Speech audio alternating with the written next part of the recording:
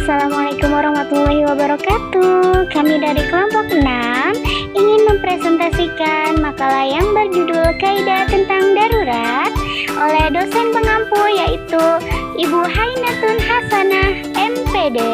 Materi ini dibuat untuk memenuhi tugas akhir semester 3. Baik, sebelumnya izinkan kami untuk memperkenalkan diri. Kami dari kelompok 6 beranggota 3 orang. Yang pertama yaitu Najwa Agista dengan NIM 22241100060. Yang kedua Sofia dengan NIM 22241100145. Dan yang ketiga dengan Trimelianti dengan NIM 22241100098. Di sini saya ingin menjelaskan tentang pengertian kaidah darurat. Dalam Al-Quran, kata-kata mudarat disebutkan kurang lebih sekitar 50 kata yang diulang-ulang seperti doro, yaduru, doron, yang memiliki arti membahayakan atau merugikan. Dalam beberapa kamus, kata doro bisa memunculkan mudoro atau daruroh.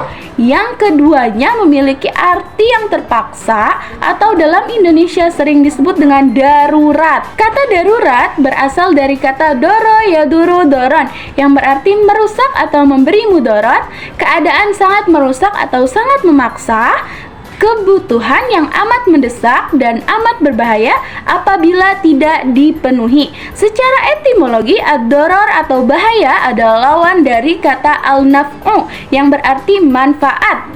Juga bisa diartikan dalam al-doror adalah segala bentuk kondisi buruk, kekurangan, kesulitan, dan kemalangan. Sedangkan terminologi maknanya tidak jauh dari pengertiannya. Secara bahasa yaitu kekurangan atau kerusakan yang menimpa sesuatu.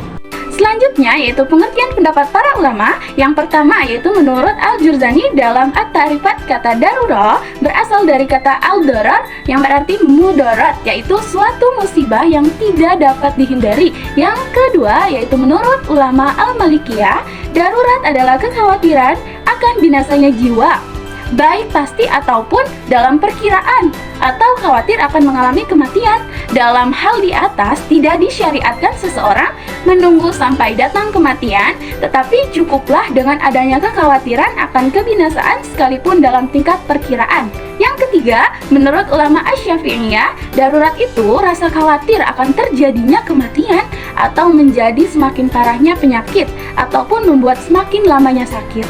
Yang keempat yaitu menurut Imam Asy-Syayuti dalam Al-Ashbah wa An-Nazhair mengatakan bahwa darurat adalah sampainya seseorang pada batas ketika ia tidak memakan yang dilarang, ia akan binasa atau mati atau mendekati binasa.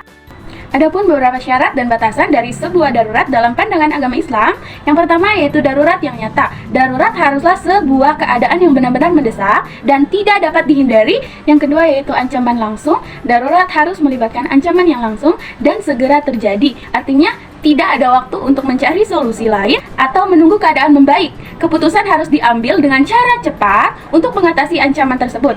Yang ketiga yaitu proporsionalitas, yaitu tindakan yang diambil dalam darurat harus proporsional dengan ancaman yang dihadapi. Tidak boleh ada tindakan yang melebihi batas dan menyebabkan kerusakan yang lebih besar daripada ancaman awalnya.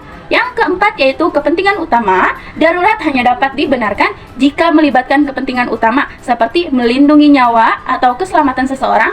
Tindakan dalam darurat tidak boleh digunakan untuk tujuan yang kurang penting atau untuk memenuhi keinginan pribadi. Yang kelima yaitu tidak melanggar prinsip-prinsip Islam lainnya. Tindakan dalam darurat tidak boleh bertentangan dengan prinsip-prinsip Islam yang lain seperti menjaga keadilan, menghindari kerusakan yang lebih besar atau melanggar ketentuan agama secara keseluruhan. Ini adalah penerapan kaidah darurat dalam kehidupan sehari-hari. Yang pertama, seorang dokter boleh menyingkap sebagian aurat pasiennya jika memang pengobatan tidak bisa dilakukan kecuali dengannya. Yang kedua, seseorang boleh memakan daging babi atau bangkai jika ia tidak menemukan makanan untuk dimakan di saat kelaparan yang teramat sangat lapar. Yang ketiga, bolehnya seseorang makan harta orang lain dalam keadaan terpaksa. Yang keempat, bolehnya berobat dengan sesuatu yang najis jika tidak terdapat obat selainnya. Yang kelima, bolehnya membunuh perampok jika hanya dengan cara itu ia bisa menyelamatkan diri, keluarga, dan hartanya. Yang keenam, Bolehnya seseorang mengambil harta milik orang lain yang berhutang darinya tanpa izin, jika ia selalu menunda pembayaran, sedangkan ia dalam keadaan mampu. Berikut ini adalah kaidah yang terkait dengan darurat. Al-Quran Surat Al-Baqarah ayat 231. A'udzubillahi minasyaitonirrajim. Bismillahirrahmanirrahim. Wa idza talaqtumun nisaa fa balagna ajalahunna famsikuhunna bima'rufin aw sarrihuhunna bima'ruf wa la tumsikuhunna dirara litaqtadu.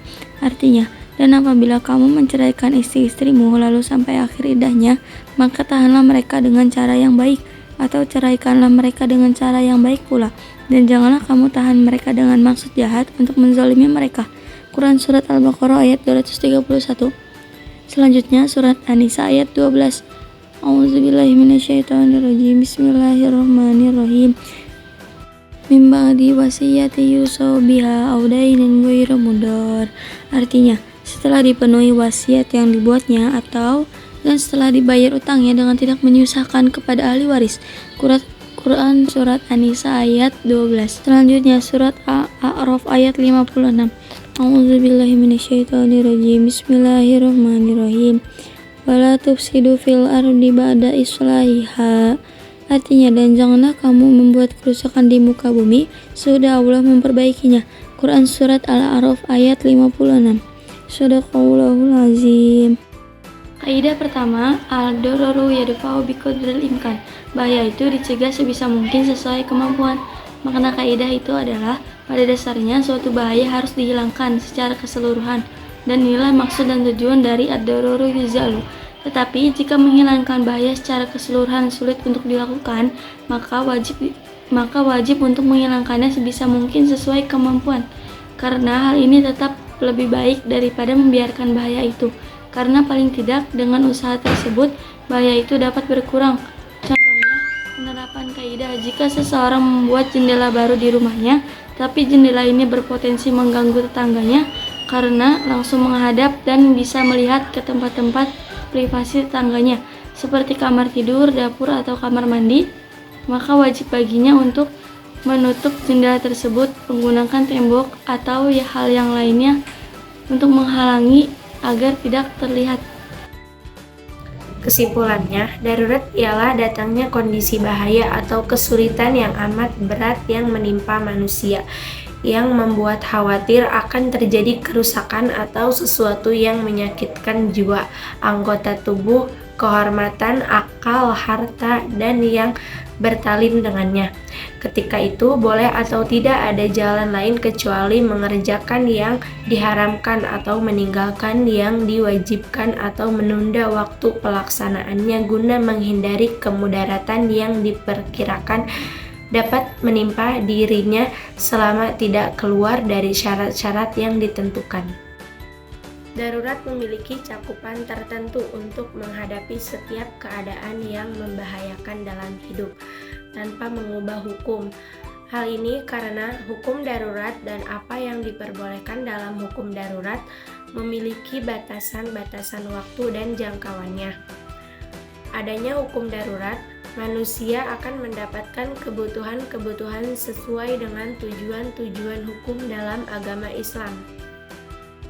Maka dari itu, sesuai dengan karakteristiknya, hukum Islam dibangun atas dasar kaidah mengambil manfaat dan menolak kerusakan.